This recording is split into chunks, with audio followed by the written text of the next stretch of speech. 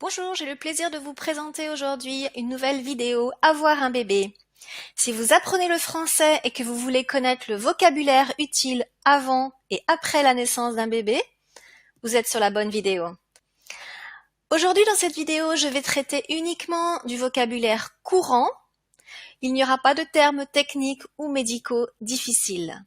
Ce sont donc les bases pour parler de cette situation très spéciale, avoir un bébé. Vous êtes prêts? On commence? Allons-y. Donc cela commence par la grossesse. La grossesse, ce sont ces 9 mois où le bébé est dans le ventre de la maman. La grossesse dure 9 mois. On dit que la femme, la maman, est enceinte. Enceinte. On dit parfois dans le langage populaire, tomber enceinte. Je suis tombée enceinte.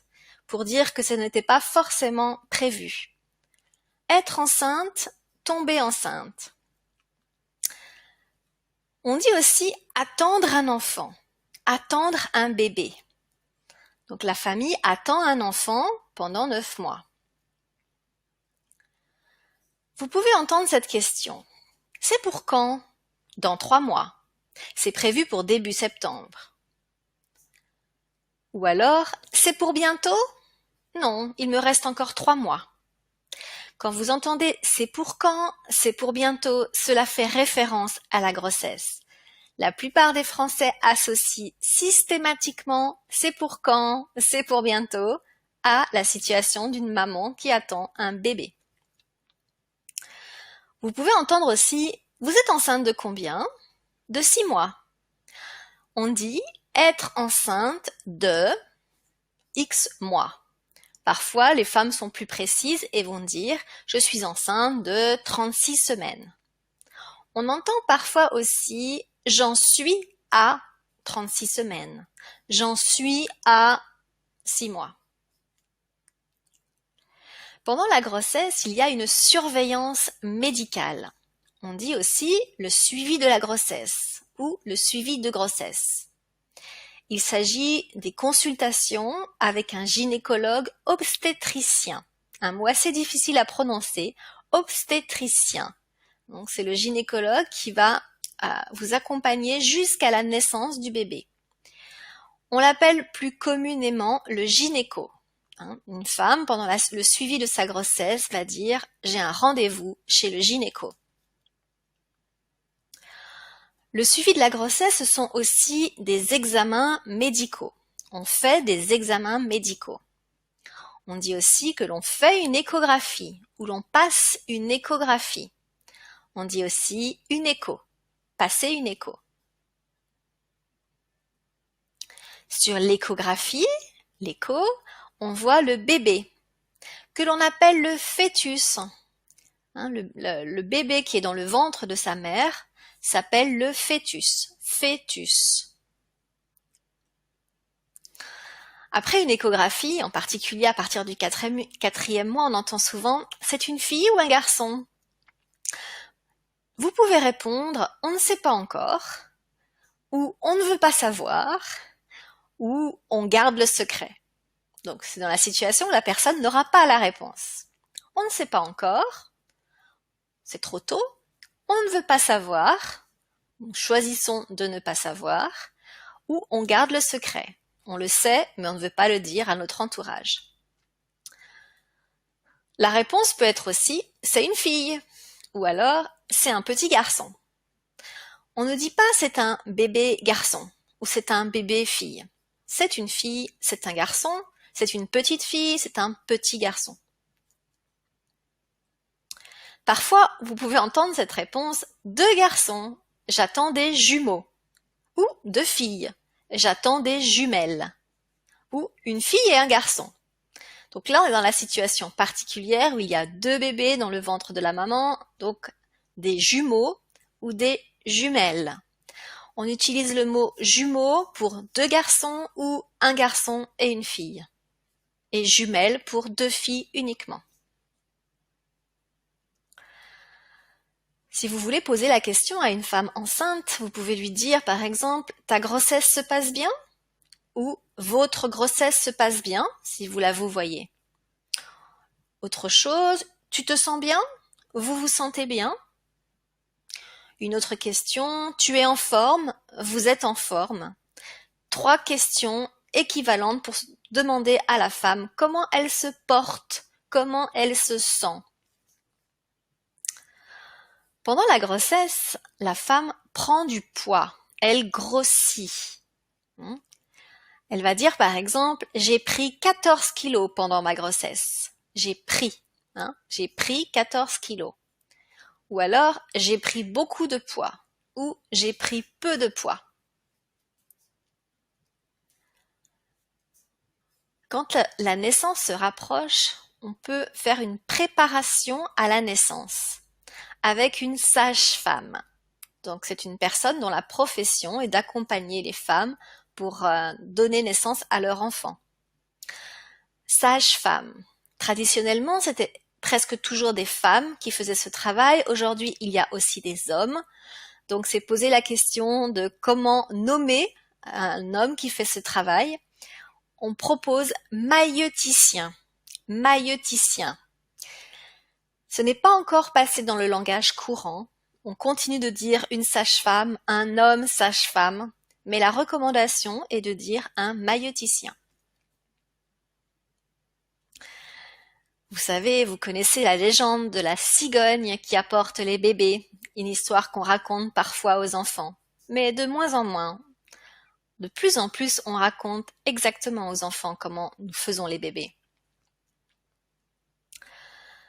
La naissance. Quand la naissance s'approche, la maman perd les os. Elle perd le liquide amniotique, le liquide qui entoure le bébé dans le ventre. Elle a aussi des contractions. Ce sont ces douleurs très très fortes qui annoncent le début de l'arrivée du bébé. Des contractions. Donc l'arrivée du bébé s'appelle l'accouchement. L'accouchement. Le verbe accoucher. Quand le bébé est arrivé, on dit qu'il est né ou elle est née. Le verbe naître, au passé composé, il est né, elle est née.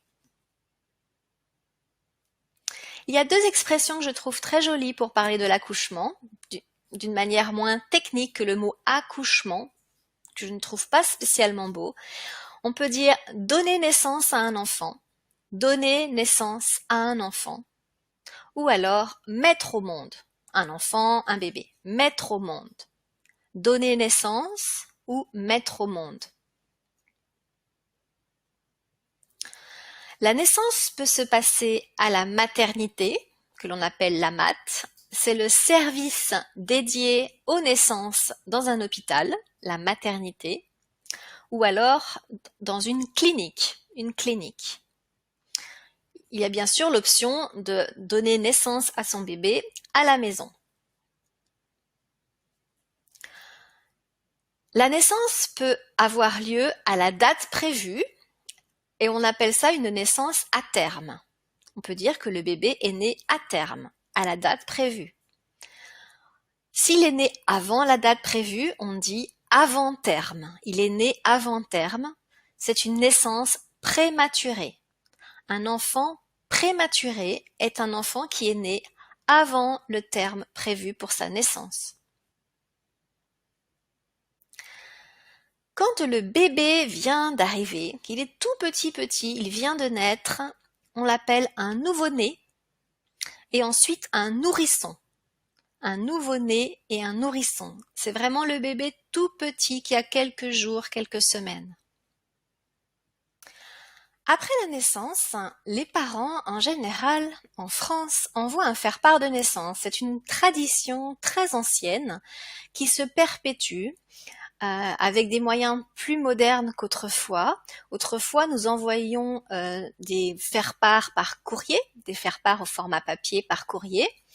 Aujourd'hui, cela existe toujours, mais il y a aussi des faire-part de naissance numériques que les parents envoient par les réseaux sociaux ou par email.